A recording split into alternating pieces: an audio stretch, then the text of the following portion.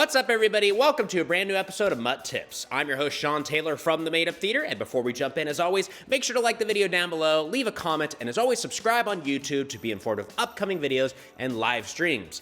Ring that bell. Now let's jump into today's topic. You are the expert. One of the biggest hurdles to overcome in improv is when you are in a scene and you are met with a task, an activity, some type of knowledge that you do not personally have knowledge in.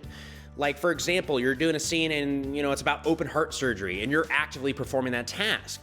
Now, you as a person probably don't know knowledge about that or how to actually do it on stage.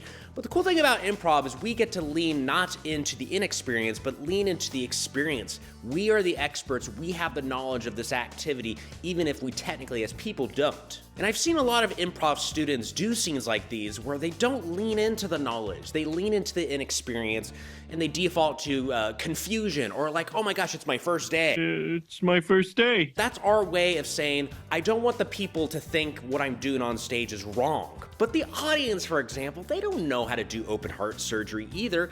And even if it is a task that maybe they do have more experience in, like, a sport or some type of activity that you do around the house, they will still believe you because they know it is a performance, it is improv. They know that's the fun of it, is to see these people tackle things that they may not have knowledge in, but with the point of view, the confidence of an expert. A way to practice this right now is choose something in your head right now that you are an expert in, okay? So it could be many different things. It could be like a skill, like cooking or, playing the guitar.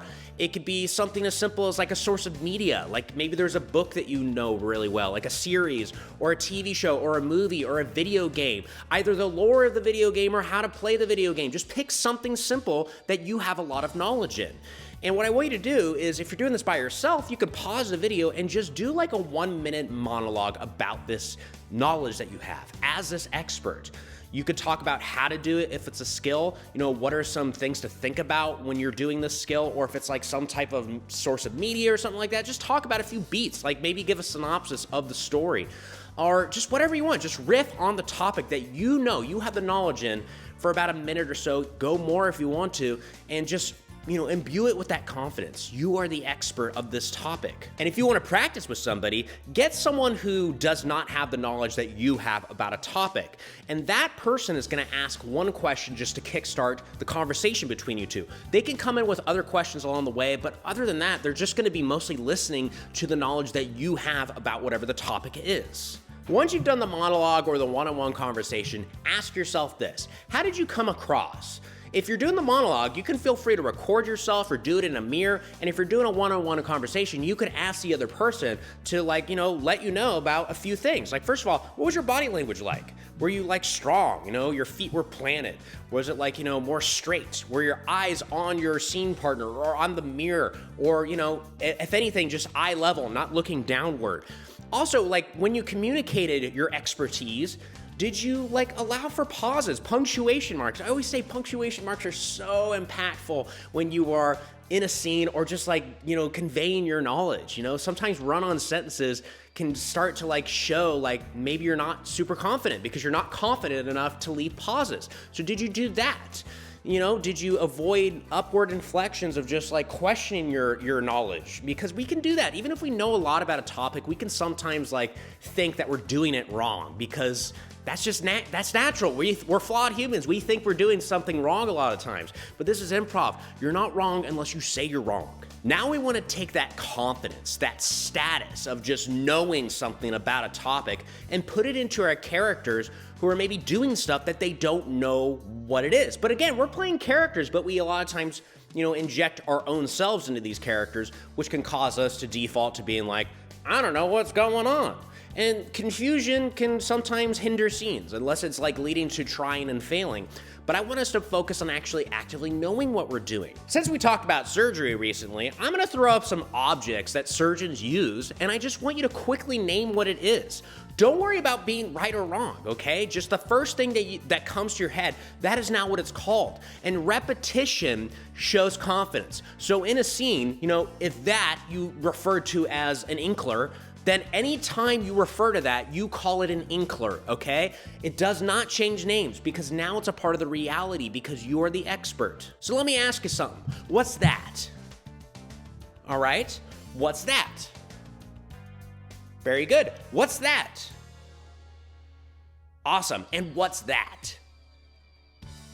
Perfect. We have 4 items that we now are knowledgeable about. Even though if you talk to a surgeon, they might say that's not what it's called. They don't care. If they're coming to watch, you could have a room full of surgeons watching your show, and the confidence that you inject into the declaration of these items is now a part of the scene, a part of the character, a part of you. You could put this to practice in an activity that's called First Day on the Job, where one person is designated the expert, who is essentially the trainer, and the other person is designated the trainee, the person who doesn't have the knowledge in whatever the thing is that you're doing. Now, the expert, though, won't have that knowledge as well, but they are going to go in as a character who does. So, for example, maybe the profession, the activity is like flying a plane, a pilot, okay? The expert is going to essentially guide the trainee in the activity. If the trainee ever has questions, the expert's gonna respond confidently about what to do next, okay? So the first thing you should always do is just be in the setting of doing the actual profession. So like be in the cockpit. You could start silently at first, like flick some buttons. Maybe like, you got yourself the joystick and maybe like you're doing like a little slow, steady movement. Whatever you want, but then some dialogue will come in. The expert will guide the other person on what to do. All right, we want to lower altitude. Go ahead and grab the mixer and go ahead and turn it 95 degrees. And then boom. What? I don't know, I just said that. That doesn't mean I know how to fly a plane. That's not probably what you do. But in this scene, it is, okay? This is now what is the reality. Think about all improv scenes as like parallel universes. It's not perfect, but to these characters, in their world, it is perfect. To us, it's not, but to them, it is. Play around with that a few times. Switch up who's the expert and who's the follower, and just kind of, again, focus on the knowing rather than the ignorance of a scene. If you want, you can always get an improv suggestion generator, and there's one on this, it's occupations. Just click it a bunch of times, and like whatever it lands on, that is what it's gonna be. Therapist, okay?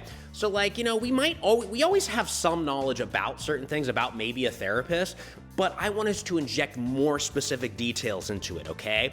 Like specific objects that therapists use, specific techniques that they use, because the naming of things, the naming of actions, that contributes to the knowledge, the specific details, that creates knowledge. And that concludes this episode of MUT Tips, everybody. Thank you so much for checking it out. I really appreciate it. Again, like, comment, and subscribe. And I'll see you next time for another episode of MUT Tips, everybody. Bye.